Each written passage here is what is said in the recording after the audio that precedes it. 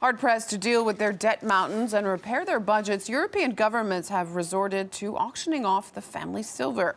The bids are high, but has the Great Sale brought in big money? Tesa Arcilla takes a look.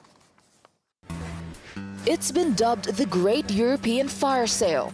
In a bid for cash, these are just some of what's been up for grabs. But even funds raised from headline-grabbing deals might not be enough. Like 6 Greek islands sold for 8.5 million euros, an Italian island sold for 2.9 million, exclusive rights to use the Colosseum's image on your products for 15 years, 25 million euros.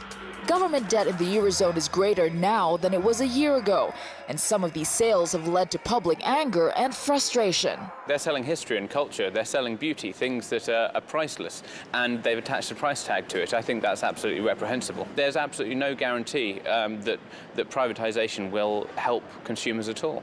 And one of the most surprising items recently put on the market was Maltese citizenship.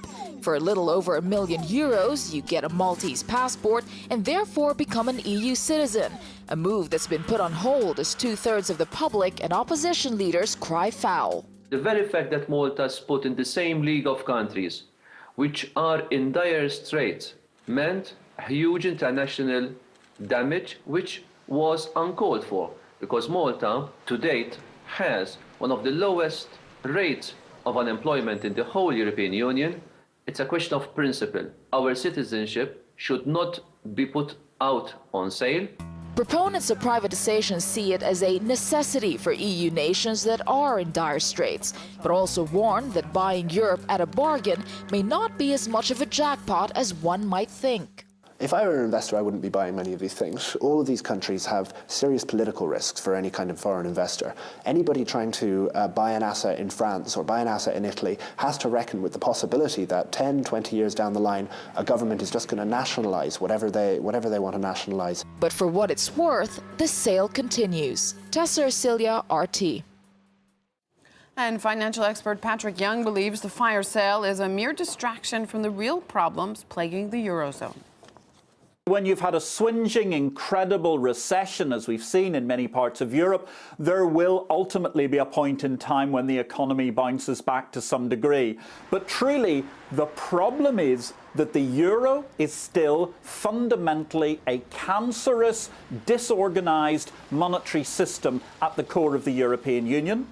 The Mediterranean countries have still done little or nothing to organize what is effectively an intergenerational warfare. Older people can keep and get and hold on to their jobs. Younger people simply have no chance of getting any jobs in the first place, let alone keeping them.